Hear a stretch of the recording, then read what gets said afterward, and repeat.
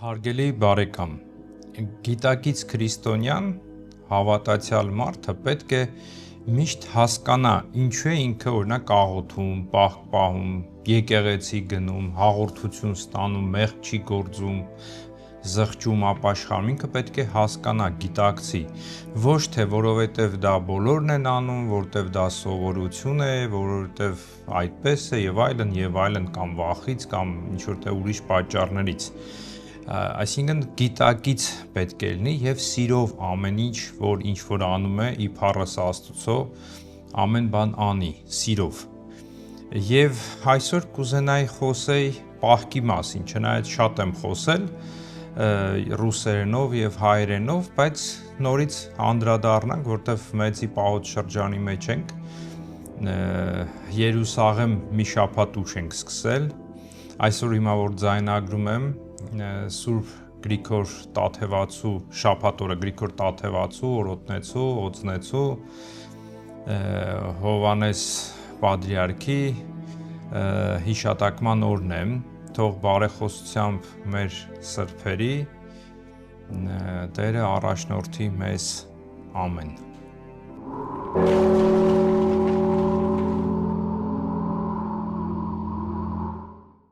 Խաղաղություն քեզ, հարգելի բարեկամ։ Երևի շատերդ եք լսել քարոզներին կամ կարդացել եք, ընթերցել եք տարբեր տեղ, որ Ադամը դրախտի մեջ առաջի պահքը Աստված դրեց դրախտի մեջ եւ Ադամը այդ պահքը խախտեց, ինչի պատճառով նա վտարվեց դրախտից։ Եվ կարևորություն են տալիս, որ մենք էլ պետք է պահք պահենք, որովհետեւ դա մեզ հնարավորություն է տալիս վերադառնալ դրախտ։ Տենց մտքեր լսել եմ, կարդացել եմ նույնիսկ, որը մի քիչ սխալ է։ Սխալ է ինչու, որովհետև Սուրբ Գիրքը նախ չի ասում, որ Ադամը պահք խախտեց, որովհետև պահք հասկացողությունը հրեական ընկալմամբ եւ այսօրվա մեր իմացած պահք հասկացում շատ տարբեր էին։ Դրա համար եթե Ադամը պահք էր պահում, ապա հրեական ավանդույթների իրենց սովորությունները ինքը պահք չէր պահել։ Բայց Ադամը հետևյալ մեղքը գործեց, ինքը անհնազանդ եղավ Աստծուն, չլսեց, ինչի համար մեզ Պողոս առաքյալը Հռոմեացիների 5-րդ գլխի մեջ ասում է, որովհետև ինչպես մեկ մարդու անհնազանդությամբ շատերը մեղավոր եղան, այնպես էլ մեկի հնազանդությամբ շատերը արդար կլինեն։ Այսինքն Ադամը անհնազանդ գտնվեց Աստծուն։ Այստեղ կարելի է ասել, որ պահքի ձև էր եւ այլն, բայց շեշտը դրվում է անհնազանդության վրա, որտեղ այդ անհնազանդությունը բերեց ինչի մարդկությանը կործանման տարավ, մահը մտավ, մեղքը մտավ աշխարհ եւ Քրիստոս քանի հազար տարի հետո գալիս է իր հնազանդությամբ հոր հանդեպ մեզի հնարավորություն է տալիս, որ մենք էլ փրկվենք եւ արդարանանք։ Հետո Ղուկասի 11-րդ գլխի մեջ իսկ նա ասաց. «Երանի նրանց, ով Աստծու խոսքը լսում են եւ պահում են»։ Հովանու 14։ Հիսուսը պատասխանեց ասաց նրանց. «Եթե մեկն ինձ սիրում է, իմ խոսքը կպահի եւ իմ Հայրը կսիրի նրան եւ նրա մոտ կգանք ու բնակություն կհաստատենք նրա մոտ»։ Մատթեոս 7-րդ գլուխ։ Արդ ամեն ոք լսում է իմ այս խոսքերն ու դրանք կատարում կնմանացվի մի մարդու, իմաստուն մարդու, որն իր տունը կառուցեց ժայռի վրա։ Սա շատ կարևոր մի օրինակներ են Սուրբ Գրքից, որ ցույց է տալի քրիստոնյան պետք է Աստծո խոսքին հնազանդ լինի, Աստծո խոսքը լսելուց բացի պետք է նաև կատարողը լինի, ինչը Ադամը չարեց։ Եվ սա է մեզ հնարավորություն տալի մեր հոգու փրկության, եթե մենք հնազանդ ենք Աստծո խոսքը լսում ենք, Աստծո պատվիրանները պահում ենք, մենք ստանում ենք այդ փրկությունը, ոչ թե պահք պահելով կամ չպահելով։ Որտեվ գիտեք, եթե մենք մտածում ենք պահքն է, որ այսօր մեզ հնարավորություն է տալիս մտնել արքայություն, հաշտվել Աստծո հետ, մենք սխալվում ենք, որովհետև ուտել-չուտելը չի մեր փրկությունը, նորից եմ ասում, դա Աստծո կամքը կատարելն է, Աստծո պատվիրանով ապրելն է։ Դա շատ կարևոր է, որ քրիստոնյան սա հասկանա, որ միշտ իր ամբողջ կյանքի ընթացքում ինքը ձգտի Աստծո պատվիրաններով ապրող լինի, որ Աստծուն հաճելի լինի։ Եվ նայեք Պողոս առաքյալը ինչ է ասում Հռոմեացիների 14-րդ գլխում. Հավատի մեջ տկարածածնին ընդունեք առանց նրա կարծիքները քննադատելու։ Մեկի հավատը թույլ է տալիս ամեն ինչ ուտել, իսկ մյուսը, որ տկար է, միայն բանջարեղեն է ուտում։ Ուտողը թող չուտողին չանարգի, իսկ չուտողն էլ թող ուտողին չդատի, որովհետև Աստված նրան ընդունել է։ Դու ով ես, որ ուրիշի ծառային դատում ես, նա իր տիրոջ համար կանգում է կամ ընկած է, բայց նա կկանգնի, որովհետև Աստված կարող է նրան վեր կանգնեցնել։ Մեկը օրն օրից է վեր դասում, իսկ մյուսը բոլորերը հավասար է համարում։ Ամեն մեկը թող իր մտքի համոզմամբ վարվի։ Օրերը հաշվի առնողը Տիրոջ համար է հաշվի առնում, իսկ օրերը հաշվի չառնողը Տիրոջ համար հաշվի չի առնում։ Ով ուտում է, Տիրոջ համար է ուտում և Աստծուն գոհություն հայտնում, իսկ ով որ չի ուտում, Տիրոջ համար չի ուտում և Աստծուն գոհություն հայտնում, որովհետև մեզանից ոչ ոք ինքն իր համար չի ապրում և ոչ ոք ինքն իր համար չի մեռնում։ Եթե ապրում ենք, Տիրոջ համար ենք ապրում, իսկ եթե մեռնում ենք, Տիրոջ համար ենք մեռնում։ Ուրեմն թե ապրենք, թե մեռնենք, Տիրոջն ենք։ Հենց դրա համար Քրիստոսը մեռավ և կենդանացավ, որ մեռածների և կենդանանի վրա տիրի։ Բայց դու ինչու ես քո եղբորը դատում կամ ինչու ես քո եղբորն անարգում, որովհետև բոլորն էլ Քրիստոսի ատյանի առաջ են կանգնելու։ Որովհետև Աստծո արքայությունը ուտելիք և խմելիք չէ, այլ արդարություն, խաղաղություն և ուրախություն Սուրբ Հոգով։ Նայեք, Պողոսը շեշտում այդ սիրո բանն է բերում, որ եթե դու մեկը պահք ես պահում, մի դատի կամ մի բան ուտում ես, չես ուտում, իրար մի դատեք։ Դա կարևոր չի, ով ինչ է կերել։ Եթե մեկը չի ուտում, Աստծուն է փառք տալի, մյուսն էլ որ ուտում է, նորից է Աստծուն փառք տալի։ Եթե այն մեկ քո աչքերի մեջ նա սխալ է, որ չի պահում, կամ հակառակը, որ տենց ծայրահեղ պահում է, ինչու ես դատում։ Եթե անում է մարդը, իբարս Աստծու համար է անում, եւ ի վերջո արքայությունը ասում է ուտելիք, ըմպելիք չէ, խմելիք չէ, այլ արդարություն, խաղաղություն, ուրախություն Սուրբ Հոգով։ Այսինքն երկինք մտնելու ենք, այնտեղ ուտել, խմել չի լինելու։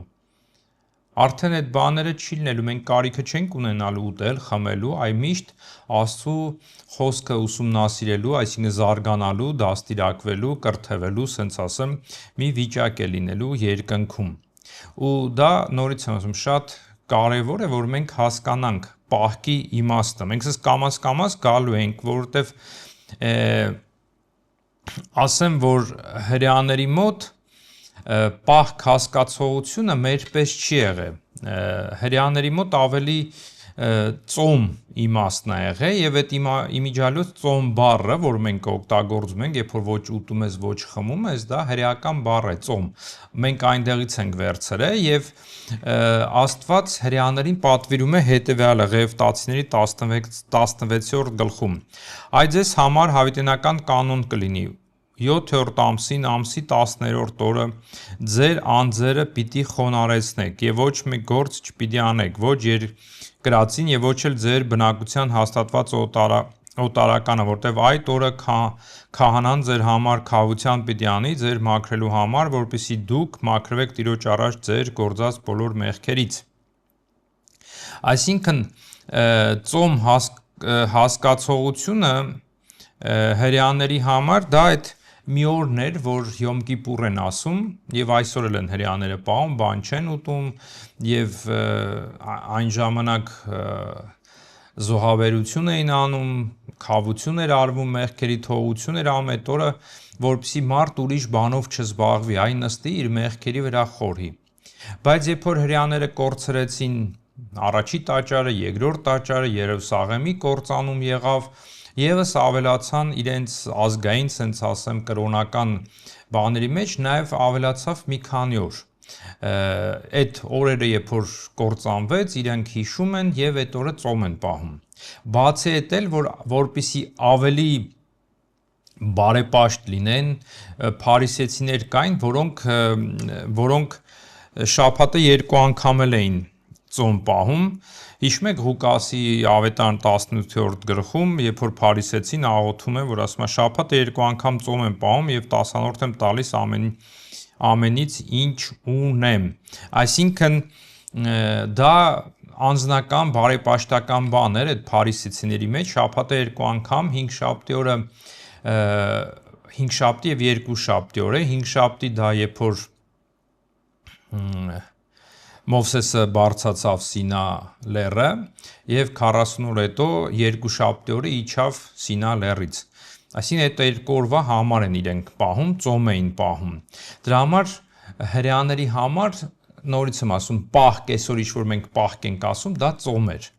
Եվ կրկնեմ, տարին մի քանի անգամ էին պահում, բայց սենց փարիսեցիները, որպեսզի ընդգծեն, որ իրենք պահեցող են, իրենք պահում էին եւս 2 անգամ շաբաթական։ Եվ հետաքրքիր գիտեք ինչ է, մեծի պահոց շրջանը, երբ որ սկսում ենք բում բարեկենդանի Կիրակի օրը, պատարագի ճաշու ընթերցվածքը, մեր եկեղեցու հայերը պատահական չեն դրել հետևյալ ընթերցվածքը Եսայի մարգարեության 58-րդ գլխից։ Ես հիմա կընթերցեմ եւ այնտեղ կտեսնեք։ Եվ ասում են. Այդ ինչպես է, որ մենք ծոմ պահեցինք եւ դու չտեսար, զրկանքների ենթարկեցինք մեզ եւ դու չիմացար, այսինքն Աստծուն են դիմում ասում։ Առ ձեր ծոմապահության օրերին ձեր ցանկություններն եք կատարում եւ կսկից պատճառում բոլոր նրանց, ովքեր ենթակա են ձեզ։ Հակառակության եւ կռիվներ եք պահում եւ բռնցքահարում տկարին, իսկ ինչին է պետք այդպիսի ծոմապահության օրը, դուք պիտի գաք, բողոքեք ինձ եւ ես չպիտի լսեմ ձեզ։ Այդպիսի ծոմապահություն չէ, որ ես ընտրեցի, եւ ոչ էլ այնպիսի օրը, երբ մարդ իր անձն է տանջում։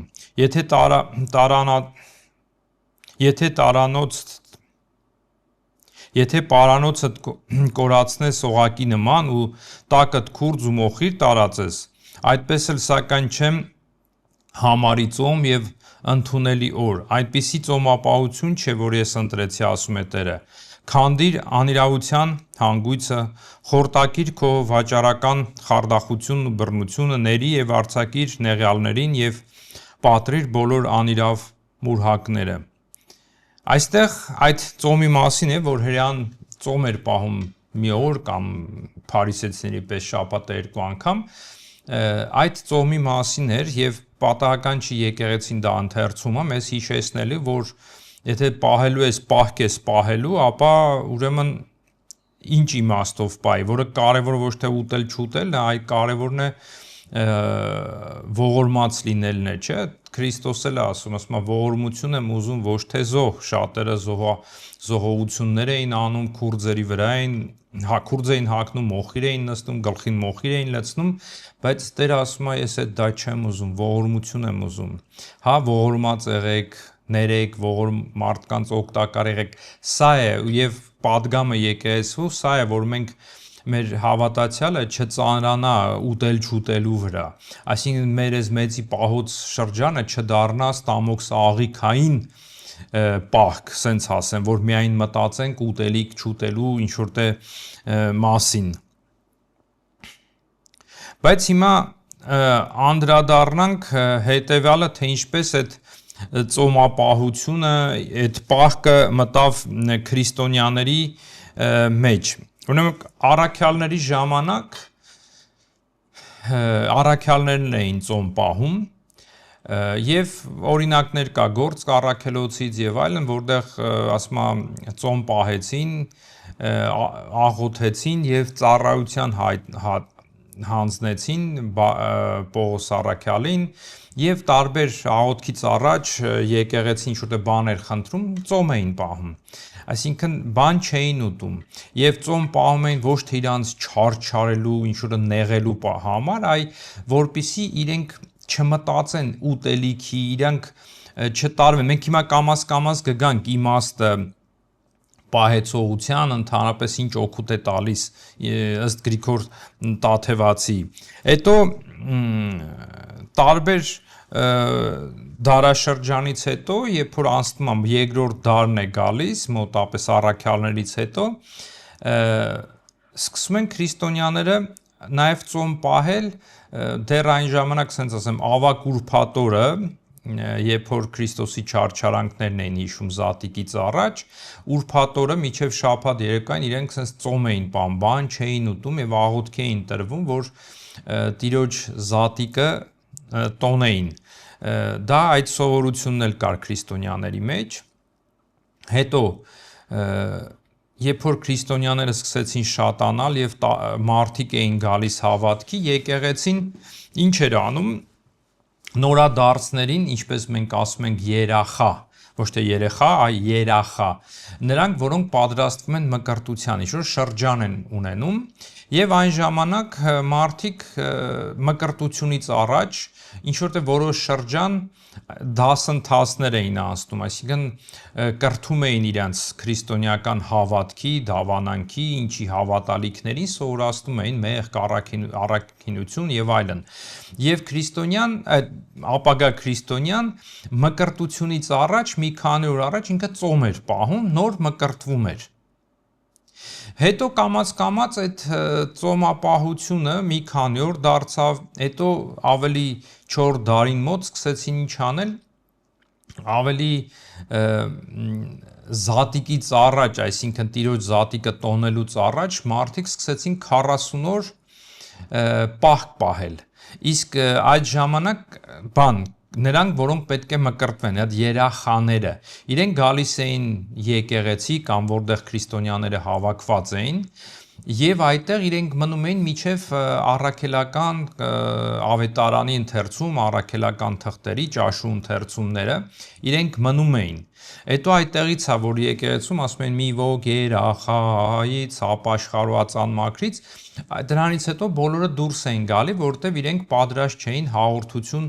ստանալու, մեկը որ ապաշխարության մեջ էր, մեղքերի մեջ էր, դեռ հələ փոխվում էր, ուղղվում էր եւ մեկը որ դեռ մկրտված չէր։ Իրենք պետք է դուրս գային եկեղեցուց եւ այսինքն հավաքատեղից այն ժամանակ, որպիսի կարողանային այսինքն արժանավորները հաղորդվեն, որտեղ իրենք արժանի չէին նույնիսկ նայելու այդ Սուրբ խորհրդին։ Դրա համար այդ ժամանակ 40 օր Զատիկից առաջ մարդիկ պահք էին պահում, այդ երախաները, պահքն էլ ինչպես է լինում, դա առավոտվանից օրինակ մինչև երեկո իրենք հաց չէին ուտում բնավ եւ երեկոյան ընթրիք, թեթև ընթրիք բանջարեղենով եւ այլն անում էին եւ իրենք ավելի խորասուզված էին կրթությամբ, այսինքն գիտելիք ստանալու եւ այլն։ Եվ արդեն Զատիկին առաջ իրենք մկրտվում էին ու Տիրոջ Զատիկը հարության տոնը իրենք արդեն որպես քրիստոնյա էին տոնում։ Սա սովորություններ էր, որոնք քրիստոնյաների մեջ մնացել էր։ Ցավոք սրտի այսօր մարդ է գալիս առանց հարցնելու ինչ ես հավատում, ինչ շատերը դնում մկրտում են, հետո պարզվում է այդ մարդը ոչ Քրիստոսին է հավատում եւ ոչ մի բան, երբ որ հարցնում ես ինչու ես մկրտվել, ասում է դե սովորություն է, հայ է, մկրտվում եմ եւ այլն եւ այլն։ Եվ այս բանի սովորությունը, որ կար եկեղեցու մեջ քրիստոնյաների, ընդօրինակում է Գրիգոր Լուսավորիչը, երբ որ խորվիրապից դուրս է գալի, ինքը 65 օր քարոզում է հայ ժողովրդին, նա քարոզում է վերջի 5 օրը 60-ից 65 այդ 5 օրը ինքը մկրտությունից առաջ արդեն ինքը հաստատում է, որ բոլորը ծոմ պահեն, 5 օր ծոմ պահեն, դե տարբեր բացատրություններ կա, մեկնություններ, 5 զգայարանքներ, Ադամը երբ որ մեղանչեց դրախտից ելավ 5 օր ծոմ պահեց եւ այլն, դե դա արդեն մեկնություններ է, բացատրություններ է, դա երկրորդական է։ Գրիգոր Լուսավորիչը հաստատեց, իրենք ծոմ պահեցին եւ 5-րդ օրը, արդեն այդ 65-րդ օրը մկրտվեցին։ Եվ դա մեր մոտ կոչվեց ինչ հայտնի առաջավորած պահքը, որը առաջի պահքն է մտնելու Քրիստոսին հավատացյալ դառնալու, որդի, զավակ դառնալու, դա այդ առաջավոր պահքն էր։ Դա ոչ թե ինչ-որ մեղքերի քավության, չգիտեմ ինչի համար էր, որ մարդ ավելի կենտրոնա իր հոգևոր արժեքների համար։ Մենք նորից կամաց կգանք, որ հասկանանք դա ինչ ծոմը կամ պահեցողությունը ինչով է օգնում մարդուն, որ մարդ կենտրոնանա հոգևորի վրա, ոչ թե մարմնավորի վրա, էլի։ Չնայած կան մարդիկ միջև հիմա այդ առաջարած պահքը ահու հացով կամ բնական ընդհանրապես ծոմ են պահում, իրենց պետք է հարցնեք ինչու, ինչպես,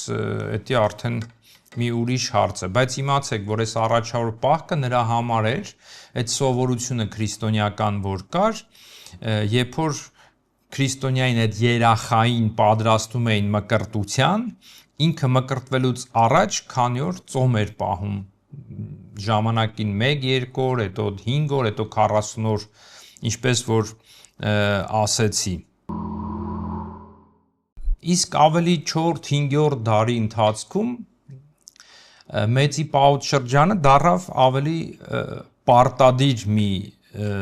շրջան, որ քրիստոնյաները պարտավոր բոլորը, ոչ թե երախաները, այ բոլոր քրիստոնյաները տարվա կտրվածքով այդ զատիկից առաջ մեծի պահոց շրջան են հաստատում եւ 48 օր իրենք այդ պահքն են պահում։ Մեր մոտ դա հայտնի է ահուհացի պահք, այսինքն այդ պահոց շրջանում մենակ ահուհաց երևի ջուրել են խմել, ոչ թե երևի է հաստատ, էլ ուրիշ կերակուր չեն կերել։ Ես չգիտեմ ուրիշները ինչու են, ուրիշ եկեղեցիներ ինչ նպատակներով են անում հայ եկեղեցին, ես կբացատրեմ հայ եկեղեցու։ Դրա համար չեմ ուզում, որ մեկնաբանությունների մեջ գրեք, որ նայեք իրանք սենց են անում, իրանք սենց սովորություն ունեն, ինձ դա չի հետաքրքրում։ Ես ուզում եմ ասեմ այն, ինչ որ մենք ենք մեր եկեղեցու սովորությունն է։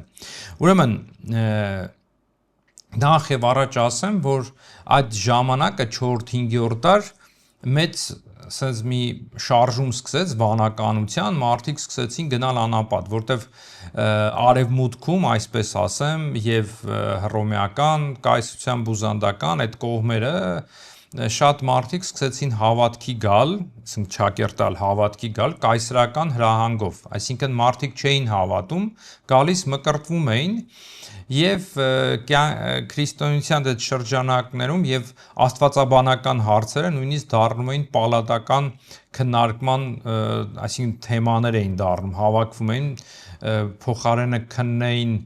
պետության երկրի հարցերով նստում էին աստվածաբանական հարցեր էին նաև քննում մարդիկ, որոնք բարոյականությամբ, իրենց հավատքով Աստծուց հեռու մարդիկ էին։ Դրա համար այդտեղ մի շարժում սկսեց, մարդիկ սկսեցին հեռանալ այդ կեղծ քրիստոնեական միջավայրից, անապատ գնալ մտածելու համար, որ գնան Աստծու հետ այդ գայթակությունները չտեսնեն եկեղեցում, ժողովրդի մեջ, հասարակության մեջ, փախնեն անապատ։ Եվ երբ որ մարդը գնում էր անապատ, բնական է անապատի մեջ մարդը, որը չէր ուզում զբաղվել առօրյա կենցաղային հարցերով, ինքը փախնում է անապատ, բնական է ինչ պետք է ուտի, հետը խոհանոց ինչ-որ բաներ չէր տանում, բնական է ինքը այնտեղ որսով չէր զբաղվի, այդ գնալ նստել որսով զբաղվել, գնա ձուկ բռնի, ծիտ բռնի կամ որ կենթանի սպանի, որ հետո մորթի, ճաշեփի, էփի ուտի, այդ իր համար, այդ մարդկանց համար դա դառել էր, գիտեք, մի երկրորդ, երրորդական կենցաղային բան, որը իրենց հոգևոր բանից հեռացնում էր, դրա համար իրենք ուտում էին այն, ինչ որ գտնում են, ինչ որ բնություններ տալի, այսինքն մրգեր են, պտուղները, խոտ, արմատներ, չգիտեմ, ինչ որ գտնում ուտում էին, այսինքն ու դա հետո դառավ մի,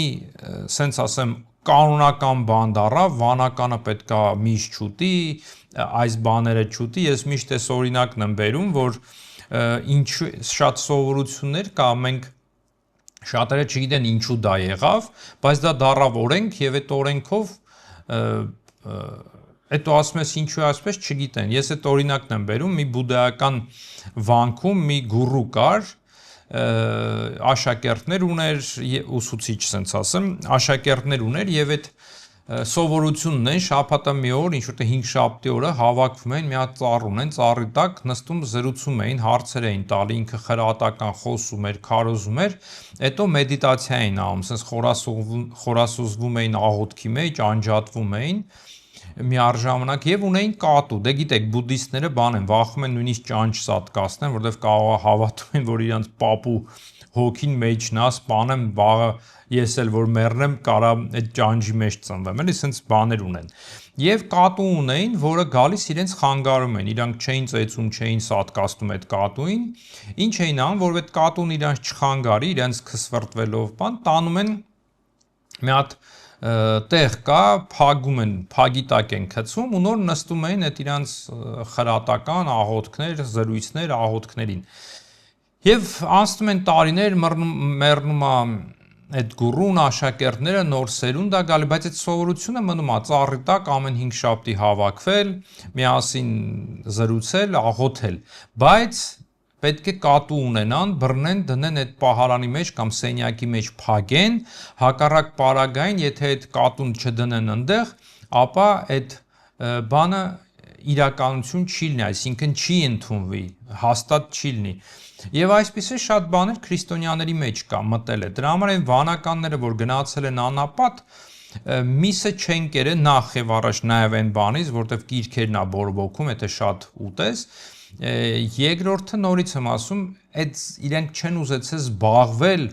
յուր ճաշեփել, իրանց դա երկրորդ, իրանց պետք չի եղել, իրանք միայն տրված են եղել հոգեվոր պարապմամբ, այսինքն պարապում էին հոգեվոր սխրանքներ էին անում, աղոթում էին եւ այլն եւ այլն։ Նույնը երկրպագությունները եկեղեցում, երբ որ ծեսերը երկար էր ժամերով, մարդիկ որ կանգնում էին, անշարժ մնում էին, արյունը չէր աշխատում։ Դա կարար խնդիրներ առաջացներ, դրա համար ժամանակ առ ժամանակ մարդիկ սկսում էին երկրպագություններ անել, որ արյունը սկսի աշխատել։ Ես այսպես ասեմ, այդ երկրպագությունը դա հոգևոր մարզանք է, այսպես, որը օգնում է, որ արյունդ դառնա, բայց հետո դառավ, դա օրենք պետք է անես, եթե դու սենց չանես, դու եւ այլն եւ այլն։ Վերցնենք քշոցները, եկեղեցում որ սենց քշոց են անում, դա քշոց բառը ճանճ քշելու համար է եղել այդ բանը։ Հիմա մնաց դա հրեշտակների խորհուրդ է եւ այլն։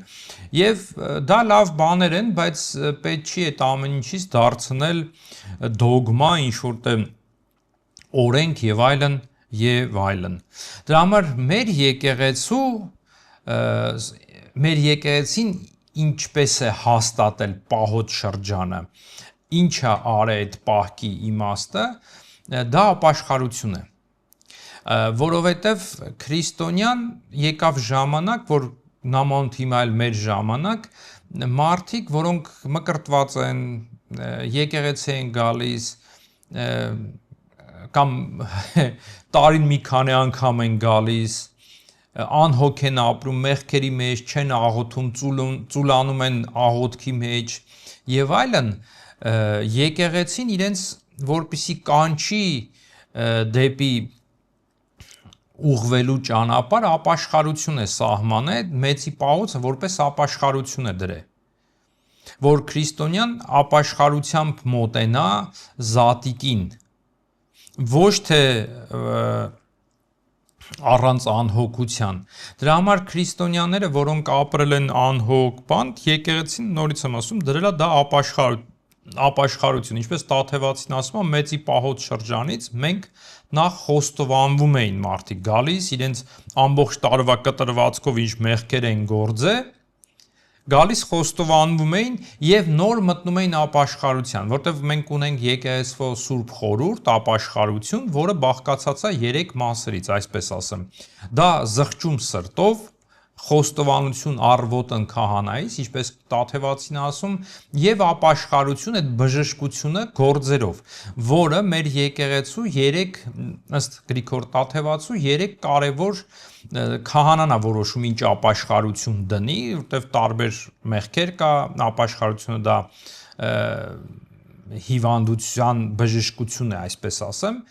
եկեղեցին քահանան որոշում է ինչպես, բայց հիմնական 3-ն են, որի շուրջ ամեն բանն է հավաքում, դա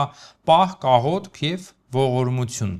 Եվ Սուրբ Գրիգոր Տաթևացին հետեւյալն է բացատրում, որ եթե մենք մտնում ենք մեծի պահոց առանց զղջումի, այս պահքը օգտակար չի, ասում ավելավա մի օր պահքը պահես զղջումով, քան թե 50 օր առանց զղջումի։ Սա է իմաստը եղել։ Սա կից է եղել ապաշխարության խորհրդին, որտեվ մեր ժողովուրդը անհոգ է եղել տարվա կտրվածքով, մեղքերի մեջ է եկել ասելա գոնե նամանդ գյուղացիները այն ժամանակ ամբողջ ամառ, գարուն ամառ վարել են, հնձել են, հավաքել են, պաշարել են, աշխատել են, ձմեռը մտել են ուտել խմելով են զբաղվել։ Հասկանում եք, ձմեռը աշխատանք չի եղել, հողի հետ չեն աշխատել, նստել են տունը, մենակ կերել են։ Եվ դրանից հետո երբ որ մտել են գարնան սկզբին, որ պետք է սկսի աշխատանքները սկսեն, մարդիկ պահկով էին մտնում մաքրվելու համար։ Այս է եղել։ Դրա համար, սիրելիներ, կարևոր է, որ զղջումով պահկելն, եթե զղջում չկա, դա պարզ անիմաստ է, ինչպես Տաթևացին ասում է, սատանան էլ է ամբողջ կյանքը պահքի մեջ է, բայց ոչ զղջումը, ոչ մի բան։ Տաթևացին բացատրում է, որ պահքը ինքը երկու տեսակի է բաժանում, հետևյալն է ասում, օրեցօր եւ ամենօրյա։ Ամենօրյա պահք այն է, երբ մենք մեր զգարանները պահում ենք մեղքերից, եւ այս պահքը պարտադիր է, քանի որ նույնիսկ առանց մարմնական պահքի ամենօրյա պահքը արդեն իսկ մեծ օգուտ է բերում։ Իսկ ահա մարմնական պահքն առանց ամենօրյա պահքի օգուտ չի բերում։ Քանզի մարմնական պահքն այն ժամ է գեղեցիկ, երբ հոգին պահում ենք մեղքերից, եւ ինչ օգուտ է մարմինը հյուծել պահքով, երբ հոգին գիրանում է մահացու մեղքերով։ Իսկ եթե մեկը հեռու մնա մարմնական կերակրից, բայց չհեռանա մահացու մեղքերից, ապա նրա պահքը նման է սատանայի պահքին, քանզի սատանան միշտ պահքի մեջ է եւ ոչինչ չի ուտում, բացի մեղքերից, որոնք չի դադարում գործել։ Եվ որպես օրինակ Տաթևացին հետևյալն է բերում մարդկանց, ովքեր թեպետ պահքի ժամանակ գառան միշտ չեն ուտում, բայց փոխարենը չարախոսելով մերձավորին են ուտում են նրա միսը, եւ դրա համար էլ մեծ պահք ավելի լավ է գառան միս ուտել, քան եղբոր միսը։ Հետո շարունակում է. կերակուրների եւ ըմպելիքների պատճառով մարդու մարմինը ծանրանում է, նա ծուլանում է աղոթքի մեջ, ուստի պետք է պահքով թեթևացնել մարմինը, եւ այդժամ միտքը լինելով թեթևացած, աղոթքով կբարձրանա առ Աստված։ Լիքը որովայնի պատճառով մարդու բանականությունը թուլանում է, քանզի որովայնից եկող գոլոշիները պատում են նրա ուղեղը, եւ նա դադարում է դատել, հասկանալ, եւ այդ պատճառով բանականությունը պահքի միջոցով ճանաչում է ճշմարտությունը, հեռանում է ամենայն չարից եւ աշխարհիկ ստից։ Այսինքն չի կարա մոլորվի։ Դրա համար տեսնում եք, որ ըստ Տաթևացու պահքը երկու ձև է լինում, ամենօրյա եւ օրեցօր, այսինքն ամենօրյա եւ ինչ որ ժամանակվա շրջանի, որը ուտելիքից ինչ որ քեզ զրկել, իսկ երկրորդը, որը կարևորը, դա մեղքից քեզ զրկել, հոգիդ պարապել, դադարկել մեղքերից։ Սա կարևորն է։ Դրա համար պահքը, երբ որ դառնում է իմաստ կյանքի, մենք մոռանում ենք ամենօրյա պահքից, այսինքն մեղքից ազատվելու։ Դրա համար եթե նորից եմ ասում, սա եկեղեցին դրել է, որտեղ մարդիկ ամբողջ տարվա կտրվածքով մեղքերի մեջ էին, եւ այսօր եկեղեցին զորով բերում ասում է, եկեք ապաշխարեցեք, որ Տիրոջ գոնե սուրբ զատիկը դիմավորեք զղջումով, մաքուր հոգիով։ Տաթևացին լավ է բացատրում, ասում է, երբ որ դու թագավորին ընծաներ ես բերում, դու մաքուր ձեռքերով եւ մաքուր սկուտեղով ես բերում։ Եթե կեղտոտ ձեռքերով սկուտեղով բերես, դու կանարգես քո, այսինքն թագավորին, այդպես էլ մենք այդ նվերները թագավորին երկնավոր, դա 3 առաքինություններ են, պահք, աղոթք, ողորմություն, որը պետք է հոգին մաքուր հոգով ընծայես այդ 3 առաքինությունները մեր Տիրոջ առջև։ Եթե հոգին զղջումով չի մաքրվում, նորից եմ կրկնում, այդ պահքը ձեր համար օգուտ չի, ինչ որ նպատակ դնես, պահք պահես, որպեսզի վախից, որ Աստված կարող է պատժի, կամ պահք պահեմ, որ գործերից հաջողություն լինի, կամ չգիտեմ ինչ պատճառնի հարեմ, սա անկեղծ չի եւ դա ընդունելի չի լինելու։ Դրա համար Պահքը նաև միջոց է, որը քեզ օգնում է, ինչպես կարդացինք, որ միտքը թեթևացնում է, քեզ չի թողնում, որ դու որկրամոլության մեջ ընկնես, այլ լինես ժուշկալ, երբ որ դու ժուշկալ ես կերակուրով չես տարված, նկատել եք, չէ, որ մարդ լավ հագեցած ուտում է, քունը գալիս է, ու այդ մարդը արդեն չի կարող ճիշտ որ մտածել, քունն է գալիս, աղոթքն է փախնում, չի կարող աղոթել, դրա համար այս պահքի իմաստը եղել է, որ նաև մարդիկ արթուն լինեն, աղոթքով պարապեն, որտեվ գիտեք, նաև պահքի իմաստը նաև նա է եղել, որ մարդ չզբաղվի կերակուրներով, պարզ հաց ու աղեն կերե ժամանակին,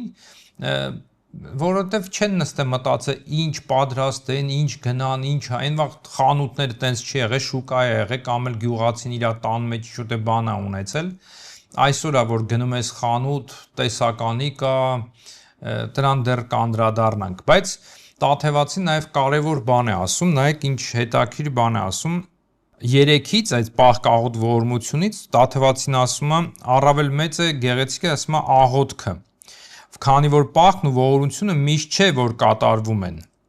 իսկ աղոթքը պետք է միշտ մշտապես լինի, եթե մարդը հիվանդ է կամ ծեր կամ կարող է չպահել պահքը, ապա կարող է չպահել պահքը, կամ էլ այսօր հղի եւ այլն տարբեր պարագայում, իսկ եթե աղքատ է, կարող է ողորմություն չտալ, բայց աղոթքի պարագայում այնպես չէ։ Ծերն ու մանուկ, հիվանդ, առողջ, հարուստ, աղքատ բոլորը պարտավոր են եւ կարող են աղոթել։ Մեր պահքն ու ողորմությունը բարձրանում է երկինք, բայց ոչ մենք ինքներս։ Մեր պահքն ու ողորմությունը բարձրանում է երկինք, չէ՞, նվերի պես, բայց ոչ մենք ինքներս, նայեք ինչ հետաքրքիր միտք ասում։ Իսկ ահա աղոթքը մեզ մտքով վերածում է երկինք, եւ մենք մտնում ենք Աստծու մոտ եւ զրուցում ենք նրա հետ։ Ինչ հետաքրքիր է, ուրիշ տեղ էլ ինքը ասում է,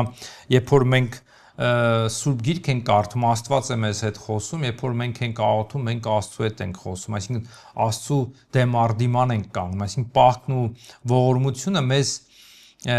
դրանք են որպես ընծան մենք երկինք բարձրացնում, իսկ աղոթքը մեզ է բարձրացնում, շատ հետաքրքիր է։ Եթե պահք ես պահում, ապա օգուտ ես բերում միայն քեզ։ Ողորմությունը օգուտ է բերում նրան, ում օգնում ես։ Իսկ աղոթքը օգտակար է բոլորին, հենց քեզ, մերձավորիդ, ողջ աղջխարին, արդարներին ու մեղավորներին, ողջերին ու ննջեցյալներին։ Սատանան պահքից չի վախենում։ Հետաքրքիր է, չէ՞։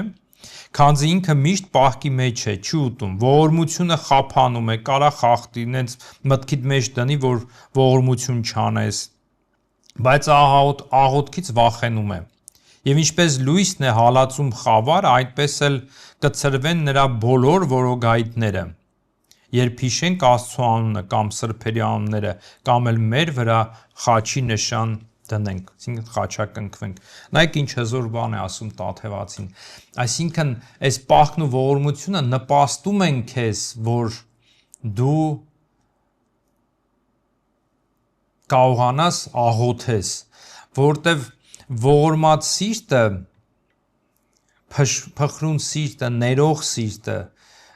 ինքը համարձակ է աղոթում, որտեվ Տերը ասում է, եթե դուք չեք ներում, ինչպես կարա ձեզ էլ ներվի, չէ՞, ձեզ էլ չի ներվի, ձեր աղոթքի մեջ, ձեր աղոթքն էլ չի լսվի։ Դրա համար ողորմածությունը, պահքը օգնում են, որ մենք մեր աղոթքով երկինք բարձրանանք, հա։ Այո, պահքել ողորմություն էլ չպահենք, նորից չանենք, աղոթքը նորից կարա հնչի եւ կբարձրանա, բայց սրանք ավելի նպաստում են։ Դրա համար մեծի պահոց շրջանը պահքը ինքնիմաստություն, այսինքն բան չի էլի, որ պահքի իմաստը պահք պահելը չի մեծի պահոց շրջանի, այսպես ասեմ։ Իսկ գանք հետևյալին, թե ինչու պետք է այս երեքն է կարևոր, Սուրբ Գրիգոր Տաթևացին ասում է. Ի վերջո մարդը պահքի միջոցով կարգավորում է իր կյանքը, ողորմության միջոցով կարգավորում է իր հարաբերությունները մերձավորի հետ, իսկ աղոթքի միջոցով կարգավորում է իր հարաբերությունը Աստծու հետ։ Բայց ավելի որպեսզի սա հասկանանք ինչ է, գանք հետևյալին, Մարդ արարածը ունի հոգի եւ մարմին, չէ՞, գիտեք, հոգին եռամասյա, 3 զորություն ունի, այսպես ասեմ, ըստ Գրիգոր Տաթևացի։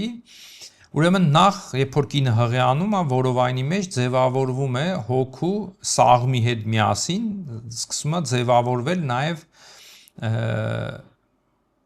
հոգու առաջի զորությունը, այսպես ասեմ, որը կոչվում է ցանկական կամ տնկական, որը ուժ է տալի բջիջներին, որ աճեն, բազմանան, որ սաղմը ձևավորվի, չէ։ Դրա համար այստեղ sense բաներ կա, որ Աստված է հոգին ուղարկում, այո, Աստծո զորությամբ է, Աստծո հրամանով է գնացեք,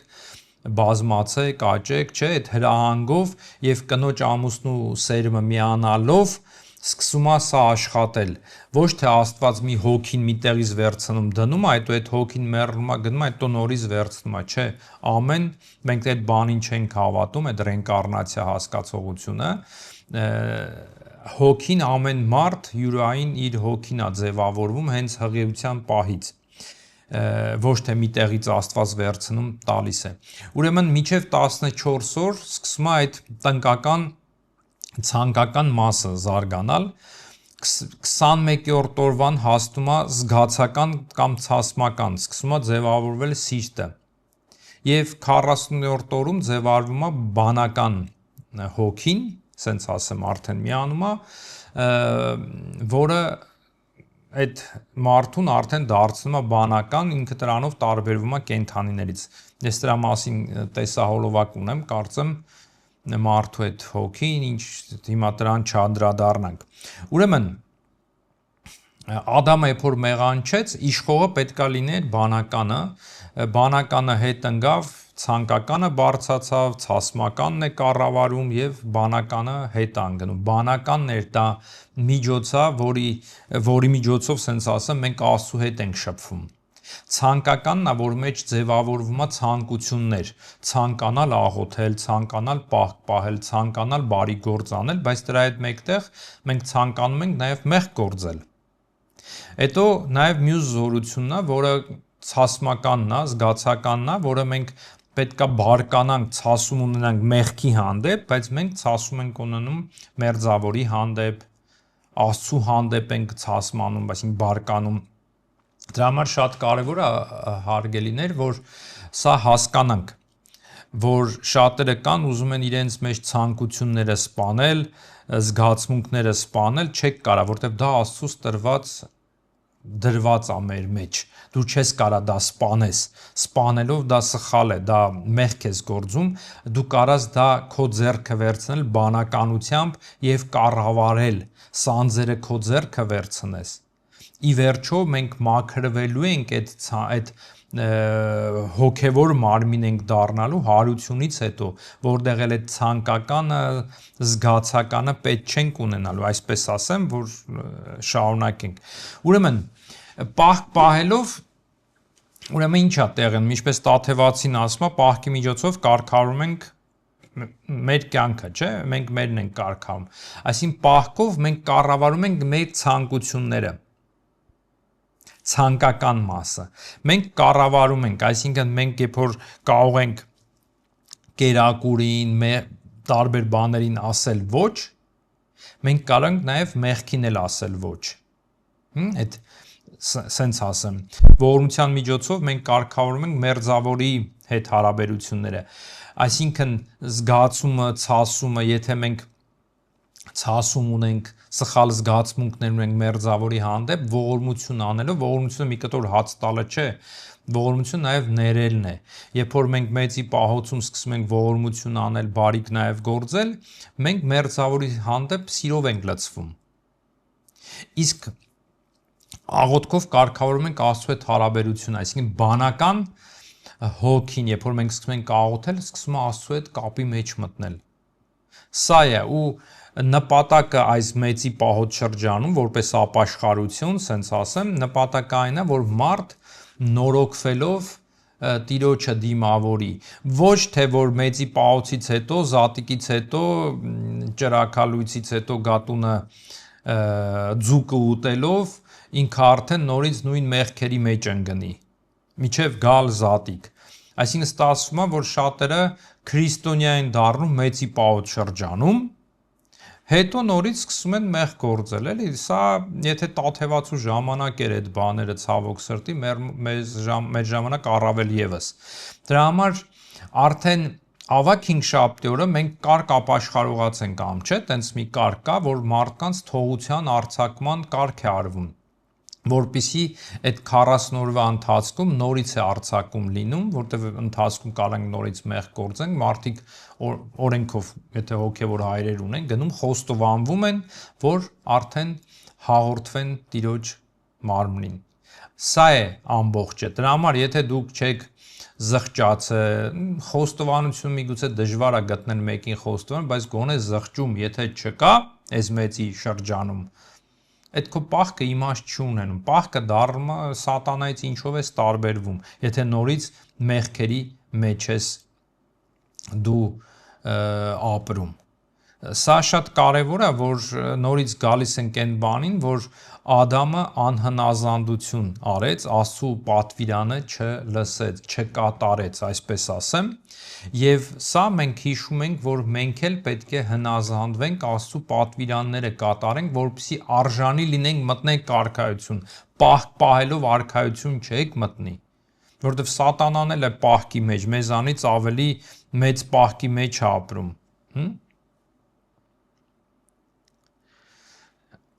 Իսկ գալով նրան, հիմա կասեք, բա Քրիստոս մեզ օրինակ բերեց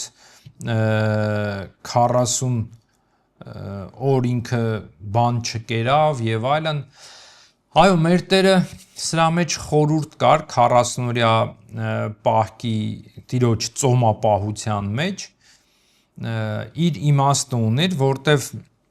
ինքը հենց այնպես պատահական բան չէր անում, ինքը տնօրեն մեր փրկչագործության տնօրինություններ կատարում, նախ եւ առաջ 40 օրը մեծի պահոցի կներեք մեծի պահոց եմ ասում, իր այս ծոմով անապատի մեջ ինքը հետեւյալ արեց, որ հրեաները անապատում տրտնջում էին, միս էին ուզում, հիշում էին սողն ու սխտորը, Տերը ինչ ասեց, միայն հացով չի, որ մարդ պետք է ապրի, այ Աստծո խոսքով։ Ինքը բժշկեց, քավեց հրեաների այդ անապատի տրտունջը, մեղքը ներեց, քավեց, սենց ասեմ։ Հետո հրեաները հրաշքներ էին պահանջում Աստծուց, անապատում տրտնջում էին, իսկ Տերը ինչ ասեց, Սատանան ասում է՝ մի փորձիր քո Աստծուն, հրեաները անապատի մեջ։ Հետո հրեաները արձան սարքեցին, երկրպագեցին ու Քրիստոս էլ ասում է միայն քո Տիրոջը երկրպագի։ Այսինքն ինքը բժշկեց, քավեց, սենց ասեմ, հրեաների մեղքը, պատահական չի, եւ կարևորը դա Ադամի հարցն էր, նայեք Ադամը դրախտի մեջ էր, իր մեղքով անհնազանդությամբ դրախտը, սենց ասեմ, անապատի վերածեց, անապատը դա այն մեր իմացած ավազ չի միայն, անապատ, որտեղ կենթանություն համարյա չկա, չոր, այսինքն կարող բույսեր էլ լինի, բայց մարդկությունից հեռու, սենց ասեմ, որտեղ չորացած ամեն բան։ Եվ Քրիստոս Ադամ այդ դրախտը վերածեց անապատի, Քրիստոս եկավ անապատ, որ մեզ համար այդ անապատը դրախտի վերածի, այսինքն մեզ դրախտ վերադարձնի։ Ադամը դրախտից գնաց անապատ, Քրիստոս անապատից մեզ դրախտ է բերում։ Սրա խորհուրդն էլ կա։ Նայեք, հետո հին կտականի մեջ, այսինքն հրեաների համար անապատը դա մի սատանայի տիրույթն էր, եւ երբ որ քավության այդ Յոմ Կիպուրին այդ այծը քավության նոխազը, որ բաց էին թողում անապատ, չէ, որ պետքա գնար այդ անապատ, այդ սատանայի տիրույթն էին թողում, այդ մեղքերը այնտեղ էին արձակում, որ գնար, եւ Քրիստոս գնաց այդ տիրույթի մեջ մտավ, հա, գնաց այդ տիրույթի մեջ, այնտեղ սատանային նաեւ հաղթեց մեր փրկության համար, ոչ թե որ եթե մենք էլ չպահենք պահք, մենք արքայություն չենք մտնի, ինքը այդ ամեն ինչով մեր փրկչագործությունները հրեաների մեղքներ ներում եւ Ադամին վերադարձում էր անապատից դրախտ։ Նայեք, անապատ, որ ինքը մտավ, այնտեղ ասում է կենթանիներն էին իր հետ եւ հրեշտակները ծառայում էին, որը դրախտի մեջ էին։ Քրիստոս այդ ամեն ինչով ինքը դա վերականգնեց եւ մարդ Ադամի պարտքը վճարեց, այսինքն Ադամը վտարվեց դրախտից անհնազանդության պատճառով, մեղքը մտավ աշխարհ եւ Քրիստոսը իր հնազանդությամբ մեր փրկեց։ Սա շատ կարևոր է, որ մարդ քրիստոնյան հասկանա։ Դե հուսամ ամեն այս բանը հասկացաք, որ պահքի իմաստը պահք պահելը չի։ Պահոց շրջանը դա ապաշխարության շրջան է, որը կարևոր իր հիմքը դա զղջումն է, Աստծո հետ հաշտվելն է։ Եթե քրիստոնյան ամբողջ տարվա կտրվածքով ինքը աղոթող է, լսեք ինչ եմ ասում, պահեցող է, պահեցող նկատում եմ ժուժկալ է, ինքը չի գնում որկրամոլության մեջ, ինքը ամեն բանի մեջ չափավոր է, ինքը միշտ ողորմած է, ներում է մարդկանց, այսինքն մեղք չի գործում, ծանր մեղքեր չի գործում, այլ ինքը ապրում է քրիստոնյա կյանք։ Իրան այս մեծի պահոց շրջանի այս ուտելիք, չուտելիքը իրան պետք չի սա։ Ինքը ազատ է ավելի դառնում իր ուտելիքների մեջ։ Ինքը կարող է կառավարել ինչ ուտի, ինչ չուտի, ինչպես ուտի, որովհետև դա ուտելիքը նորից եմ ասում, դա կարևոր չի մարդու կյանքի մեջ։ Կարևոր է, եթե ինքը ամբողջ տարվա կտրվածքով ժուժկալ է եւ ամենակարևորը պահք է պահում, պահեցողության մեջ է իր հոգու համար, այսինքն մեղքեր չի գործում, մեղքերից է խուսափում, լեզուն է պահում չարախոսությունից, հայացքներն է վատ բան նայելուց, լսելը բամբասանքներ լսելուց, տարբեր բաներից, եթե նույնիսկ մեղքել գործի, ինքը գիտի ճանապարհը, ինքը չի սпасելու մեծի պահոց շրջան, որ գնա զղջա, ինքը կգնա խոստովանվի կամ Աստծո հետ կզղջա, կհաշտվի։ Դրա համար այդ ուտելիքը մի դարձրեք ստամոքսաղիքային մի սովորություն կամ մի պաշտամունք, սենց ասեմ, էլի, ստամոքսաղիքային պաշտամունք, որ նստես ու մտածես կերակուրների մասին, գնաս խանութ բացես, նայես մեջ այդ ուտելիքի մեջ կաթ կա, թե խմորեղենի մեջ կաթ, թե ձու կա, կամ ասում ես լավ, գնանք պահքի կերակուր առնենք, որը քյաբաբի համ ունի կամ մսի համ ունի, բայց ինքը ես իմ խոտից է սարքած։ Սա պահք չի։ Քրիստոնյան ինքը պահոց շրջանում չի մտածում ինչ ուտել։ Ես նկատում եմ գիտակից հասուն քրիստոնյան, ինքը գիտի իր համար կարևոր չէ ուտելիքը, ուտել չուտելը, իրեն համար կարևորը Տիրոջ հետ լինելը եւ Տիրոջ պատվիրանները կատարելն է։ Իրեն համար կարևոր ամբողջ կյանքի ընթացքում այդպիսին է լինել եւ առաքինությունների մեջ աճելն է։ Գիտեմ, ոմանք կսկսեն դժգոհել, քննադատել, ես մի բան կասեմ, որ շնչավոր մարդը չգիտի հոգևոր մարդուն չի հասկանա, որտեղ հոգևոր բաների մասին պետք է հոգևոր լինես, որ մտածես, պահք պահելով, աղոթելով, ուխտագնացությունների գնալու դու հոգևոր չես դառնում, տենց նայես սատանան ամենահոգևոր էակն է։ Ես ասում եմ, որ նորից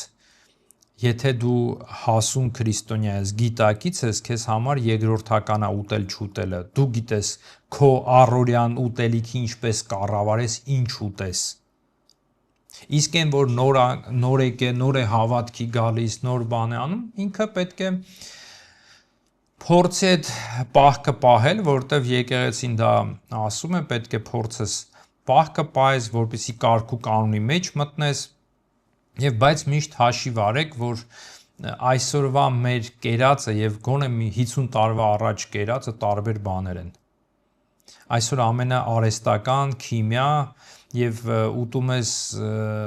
չգիտես քո առողջության հետ ինչ է լինում, մենք ասում ենք հիվանդները, հղիները,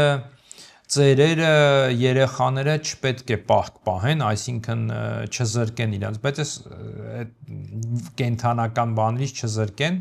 կերակուրից հարց առաջանում, այսօր որ առողջ մարդ կա, այսօր ժողովրդի մեծ մասը հիվանդ է։ Հիվանդ է, ստամոքսի խնդիր ունի, օրինակ, հա, ստամոքսային խնդիր, իսկ այդ ստամոքսի խնդիրը ինչ է գալիս, նյարդերից, այդ հոգեբանական ստրեսներից, որ մեր ժողովուրդը, օրինակ հայ ազգը Հայաստանում, միայն Հայաստանում չէ, դուրսն էլ, որոնք հետևում են Հայաստանին, ինչ ստրեսեր են ապրում եւ ինչ խնդիրներ ունեն ճնշումի, ստամոքսային եւ այլն, աղիքային հիվանդություններ են ունենում։ Եվ այդ քամի վրա էլ քեզ խիստ դնես ուտելիքների զրկես, որպեսզի դու ի վերջո այնքան տկարանաս, որ աղոթել էլ չկարնաս, եկեղեցի էլ չգնաս։ Դրա համար այսօր փորձեք, որ դուք տենց բան, փորձեք որկրամոլության մեջ չընկնել, որտեվ եթե դու կարող պահք պահես, բայց նստես այնքան հուպ տաս, ուտես, որպեսզի հագենաս, բայց չես հագենա, որտեվ նորից եմ ասում, այդ կերակուրից մեծ մասը դա քիմիա է, փուչիկ է, եւ դու ուտում ես, չես հագենում։ Հակառակը գերանում ես, ուռում ես։ Դրա համար շատեր ասում են պահքը պահում եմ, ավելի եմ չաղանում։ Ոչ թե որ շատ ես ուտում, որտեվ այդ ուտում ես հաց, ուտում ես բրինձ, մակարոն, հա, այդ բաներն ես ուտում ու դու դա չաղանում ես, ասենց ասեմ։ Դրա համար նորից կներեք կրկնում եմ, որ հասկանաք, պահքը դա ուտել չուտելը չի, պահքը դա մեղքից ձեզ հեռու պահելն է։ Եթե դու կարող ես ամբողջ տարվա կտրվածքում մեղքից հեռու պահել, այս մեծի պահոց շրջանը դա ընդունի որպես հնազանդություն, ինչ իմաստով, որտեվ մեծ պահոց շրջանում մենք հաղորդություն չենք տալիս։ Հիմա կասեն, բա ուրիշները տալիս են, ուրիշների հետ գործ չունեմ, որտեվ մեծի պահոց, ինչպես հասկացաք, դա ապաշխարություն է, իսկ ապաշխարող մարդը հաղորդության արժանի չէ։ Հիշեք, մի ոգ երախայից, մի ոգ ապաշխարողած։ Նրանք, որոնք երախա են, դեռ չեն մկրտված, պատրաստվում են եւ ապաշխարողած, իրանք արժանի չեն։ Դրա համար ընդունեք խոնարհությամբ, հնազանդվեք հոր երկնավոր հորը, Տիրոջ պես հնազանդվեք, որ ընդունեք, որ դուք արժանի չեք այս մեծի պահոցում, որտեվ ապաշխարության մեջ եք։ Մենք Տաթևացին ասում եմ, մենք կարանք ծանր մեղքեր չգործենք, բայց ամենօրյա մեղքերը, փոշետեսակ մեղքերը մենք առանց դրա չենք կարող։ Դրա համար այս ապաշխարությունը ընդունեք որպես մի բան, որ ավելի անդրադառնաս, ավելի մտածես, որ չհպարտանաս, որ դու ամբողջ տարի պահք բանը մեղք չես գործել, դու հատուկ յուրահատուկ մեկն ես, ոչ, դու էլ ես կարաս ամեն օր ընկնես մեղքի մեջ։ Դրա համար խոնարհվի, ապաշխարությունը ընդունի եկեղեցու, իսկ ուտելիքը նորից եմ ասում, դու հասուն քրիստոնյա ես, դու որոշի ինչպես ուտես, ինչքան ուտես, որ ժամին ուտես, բայց նորից եմ ասում առանց մոլեռանդությամբ, այն ֆանատիզմի, այ իմաստությամբ, իբարս Աստծո, որ արժանանանք մեր Տիրոջ հրաշափառ հարությունը տոնենք եւ հաղորդվենք մեր Տիրոջ հետ։ Այսօր այսքանը, Աստված պահապան ձեզի եւ շնորհակալ եմ։